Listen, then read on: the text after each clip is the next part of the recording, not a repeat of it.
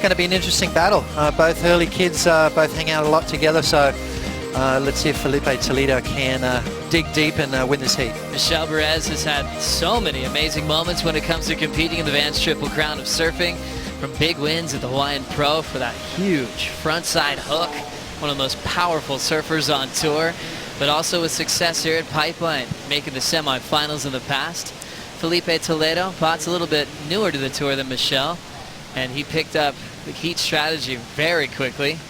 The Spartan now putting himself back in a top 10 position and a shot to make the quarterfinals here. Watching these sets pour through from his vantage point. He goes over this one and we'll watch Michel Bourez get started. Plenty of room to move, and he'll make it out of a solid barrel. It was a quick one, but he timed the exit well, and a lot of great energy coming out of the start of the heat. Yeah, that's a tricky wave to ride right there. Bit of a closeout, but Michel Bourez had the whereabouts to make sure he got into the barrel. Right there, pulls up nice and tight, and then what he does is he drives high in the tube and then drives down the face of the wave to get him that speed to exit this barrel. So a tricky wave there. Look at that, a complete closeout at backdoor, but Michel Bourez navigating his way through and puts the first score on the board, Joe. So now Toledo will hold down priority. He really liked to speak on behalf of the entire top 34. Watching Toledo now get started. Stalling quickly. Now this one's gonna let him out. Sets the rail for a beautiful roundhouse wrap with a big rebound. And he might have some room to ramp up. There's the punt into the flats. Hard landing, and Toledo's down. Yeah, I think the good thing, though, Joe, is there's a lot of sand being pushed up there into that last bit of the back door. So that finishing maneuver maybe not as dangerous as it's been over the last few days. Toledo understanding that, going for broke there. Nice clean little barrel too. So barrel to cutback combo. It's kind of what I love doing out here at backdoor. You come flying out with all that speed and go straight into that big hooking cutback. See how he gets right up the front of the board, Joe, and using that rocker. There's a little bit of resistance there to slow himself down, and then look at this turn, bang, all the way around. 180-degree wraparound cutback, and then as he does, never satisfied, always going for broke at the end. So Toledo looking to better Bourez's wave. Beautiful shot from the jet ski in the channel. Bourez with a 6.33, so Toledo trying to keep up with that. Filipe Toledo doing a good job to get back into the top 10 towards the end of the year, as we get the beautiful shot from the drone. Look at this cutback though. I love that wraparound cutback there, just stamping his authority on that wave. And then trying to finish off with a big maneuver. So some of the best Mai Tais on the island, as well as food. Go and see Ian. That's right, during the break pots.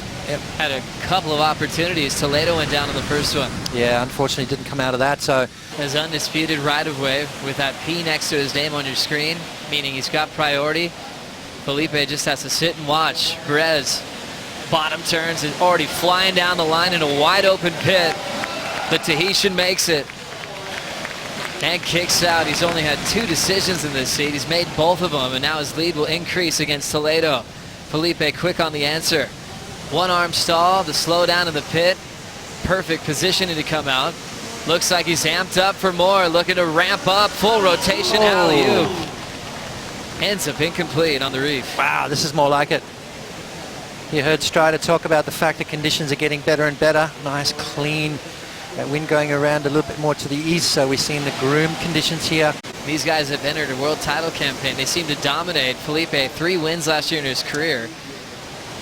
As we look at Toledo's last run. Yeah, just slowing down, getting himself nice and deep. You can see the white water on the face of the wave from Michel Bourez's, and then just losing that front foot.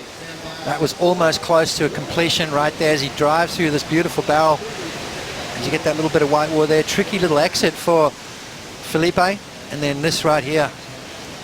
He's got a very high completion rate, but unfortunately on that occasion, not pulling it off. Michel Bourez, though, in a beautiful pit. This is what we all come here to watch.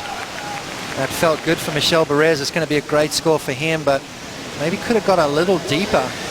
You can see him driving through there. No stalling action there. Didn't sort of use his hands to slow himself down. So you kind of saw the board most of the way through that barrel, Joe. So maybe not taking full advantage of how deep he could have got.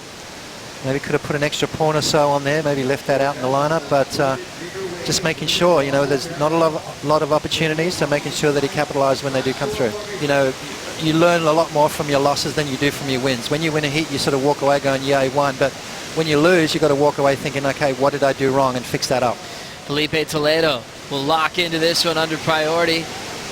Super deep on the takeoff, but he ends up getting shut down. Michel moving into position. He's got a little wedge to tee off here. He'll slide right into the pit. Easy drop in for the Tahitian. End section's going to grab him right on his way out. Wow, I thought he was going to come out of that one for sure. Michel Bourez. See, that's the tricky part right there. How long do you stall for? How long do you want to stay in there for? And then there's that chance of you not coming out. So, you know, smart move on the wave before from Michel Bourez to just make sure that he came out of that. Toledo having a look at wave, kind of let that one go. It's still kind of sort of almost, there's a little bit of sand on that inside, so maybe a little bit of wobble in the wave still, so making it quite tricky, Joe. You can see how that rhythm can change. Bourez had priority. There could have been a decision there for him just to hold back if he thought he wasn't going to improve.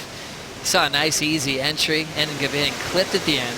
Now Toledo will have the advantage with the first pick of the next exchange. What happened here? Yeah, you can see Michel Bourez wiping off speed. Now he starts to jam and then just got caught. He didn't duck enough. He wasn't compressed enough. Water moving out the back here, Potts. Oh my, if he can get this wave, it is a cracker. He's going to swing for it. Pulls in immediately, and it's a wide open pit at backdoor. A big section to beat, and Toledo comes flying out. Oh my goodness. 8.06 required from Filipe Toledo. Right behind him, Michel. Michel Bourez on the answer. Backdoor is firing. The Tahitian standing tall, and he's got some room to come out. Wow. Back-to-back epic rides from Toledo to Bourez to quickly answer here in round 5. Now we're talking, Joe. Now we are talking. This is what we've been waiting for. Backdoor pipeline is just lit up. And have we seen the first 10-point ride? Filipe Toledo, that was a big, heavy barrel, super deep, late takeoff, everything going his way. And coming out the end of that one. Wow. And you love the answer back from Michel Bourez as well. Last heat, Jeremy Flores got momentum. Amparco is still searching for something at the end. This heat totally different. Yeah, Michel Bourez, let's have a look at his first. Look at this wave just driving so perfect. And Bourez double pumps right there. Obviously, that is going to be a keeper score for him. And you can see the water line from Filipe's wave there. Michel driving through that beautiful drone footage there. And Bourez is going to back up that 7.23. Filipe almost lost it there as he drives through double section. Deep over the foam ball, comes flying out of the end. So, Bourez's wave a little bit more perfect. Bourez up and riding. Just a quick one for Michel Bourez as we come off the replays up and out. Both these guys are fired up. Adrenaline maxed out on that exchange. Still waiting for the numbers. Can hear the crowd reacting to the beach commentary, but Michel Bourez backs it up right behind with a big score of his own, Joe. A 9.57 for Michel to get back into first. Toledo with priority still needs a 6.8 to move to the quarterfinals. Here goes Toledo. He is driving so deep at backdoor, the wave spits. Toledo, one of the fastest surfers in the world, had an impossible section there, and he went down right on the reef there. And already back out to the lineup. Well, this is a sign of things to come, ladies and gentlemen. Filipe Toledo proving the critics wrong that he cannot surf waves like this. Ha! There you go, take that. He says 10-point ride, the first one of the event so far. These two guys are just having an absolute cracker of a heat. Michel Bourez and Filipe Toledo have to compare the vision that they saw in their backdoor barrels. Michel 9.57.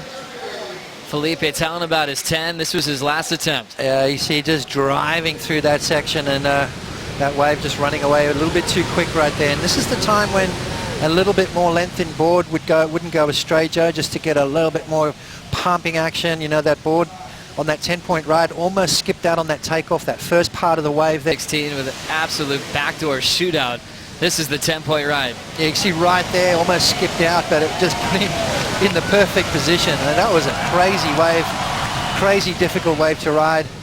couple of different sections. Let's have a look here. Right there, almost lost it. Standing further up on his board, up and over the foam ball right there, and comes out. Filipe Toledo. What a wave.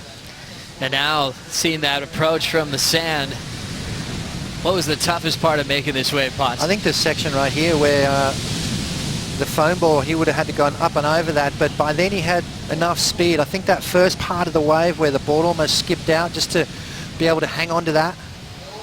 And then the claim from Toledo, it's like, what do I do with my hands now? Back to this one, Michel Bourez up and out. All right, Michel Bourez using his priority there, Joe.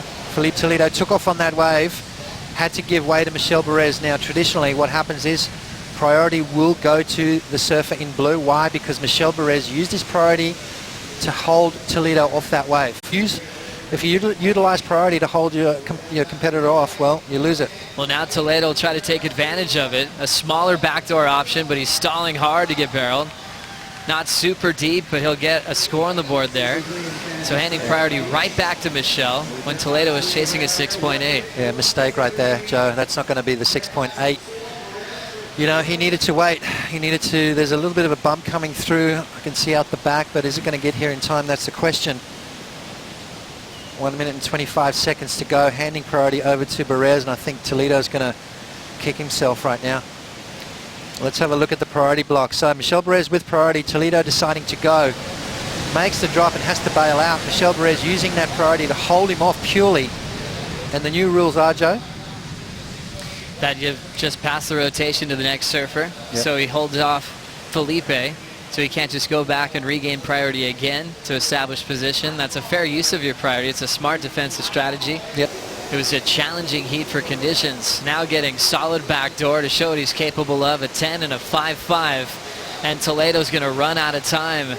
Michel Bourez, 9.57, 7.23, is taking on John Florence in quarterfinal number 2.